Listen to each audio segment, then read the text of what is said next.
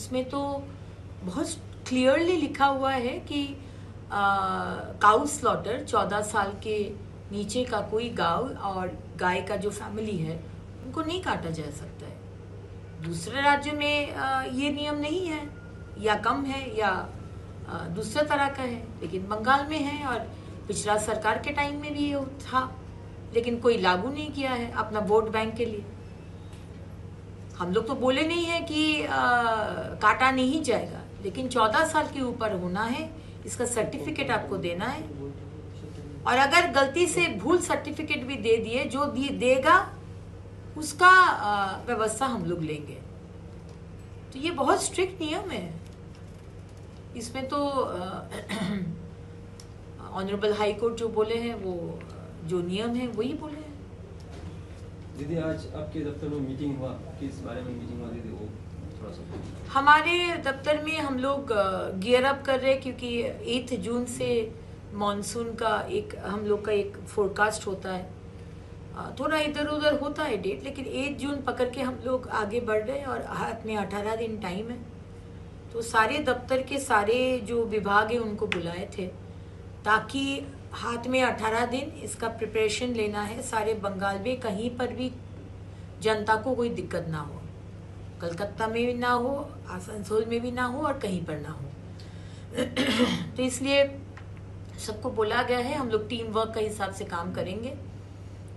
और मॉनसून में ये 2 महीना कोई छुट्टी नहीं लेगा, ये भी हम अनुरोध किए हैं। पावर क्या बोले उसको, पंप ज़्यादा खरीदने के लिए हम ये अनुरोध किए हैं, ताकि अचानक से बहुत बारिश हो जाए।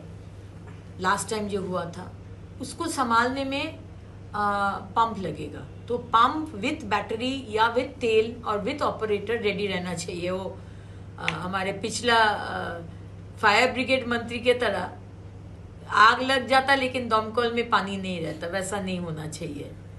तो मशीन और पानी और ऑपरेटर सब रेडी रहना चाहिए।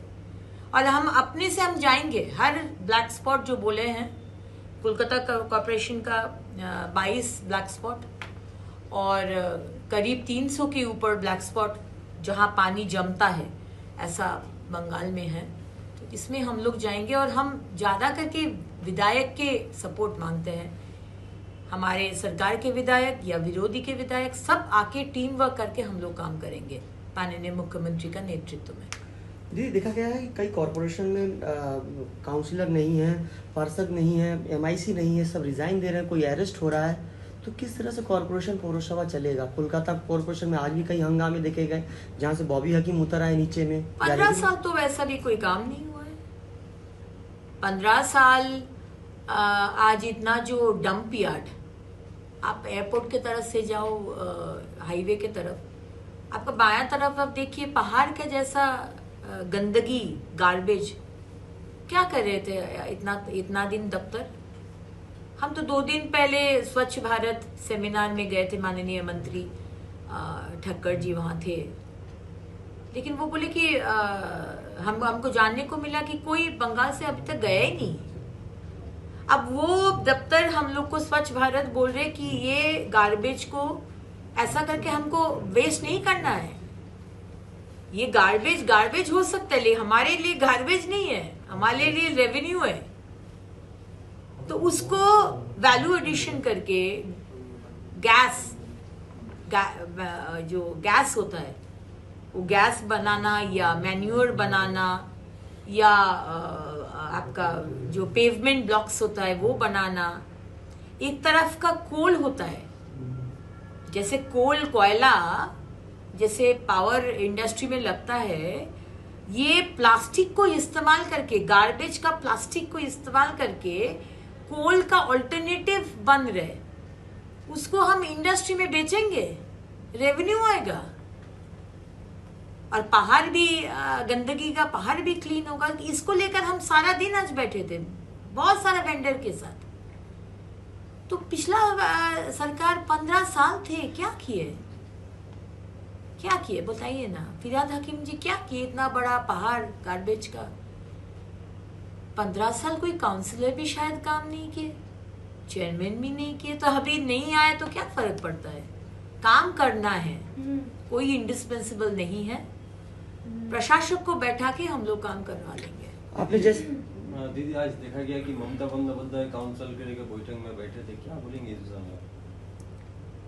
ममता बनर्जी 15 साल उनको मिला है, 15 साल आपको पब्लिक ने टाइम दिए थे, आपका भरोसा किए थे, आपको श्रद्धा किए थे, आप उनका अनड्यू एडवांटेज लिए, आप कंस्ट्रक्टिव काम नहीं किए, आप डिस्ट्रक्टिव पॉलिटिक्स किए, सिर्फ राजनीति, सिर्फ राजनीति, सिर्फ धर्म का राजनीति, सिर्फ विभाजन का राजनीति किए। अब बैठक करके क्या फायदा? हाँ, बैठक करिए, ऑपोजिशन का एक अच्छा रोल होता है, वो अच्छा रोल आप प्ले करिए, डिस्ट्रक्टिव पॉलिटिक्स मत करिए, जो अच्छा है वो अच्छा को सपोर्ट करिए, जो गलत हो रहा है बोलिए कि हाँ ये गलत हो रहा है, लॉजिक पॉइंट्स दीजिए, लेकिन विरोध करने के लिए विरोध मत कीजिए, हम यही बोलना चाहते हैं।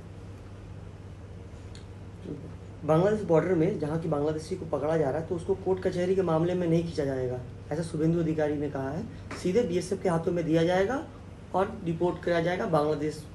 क्यों कोर्ट कचहरी में, क्यों हम लोग देंगे?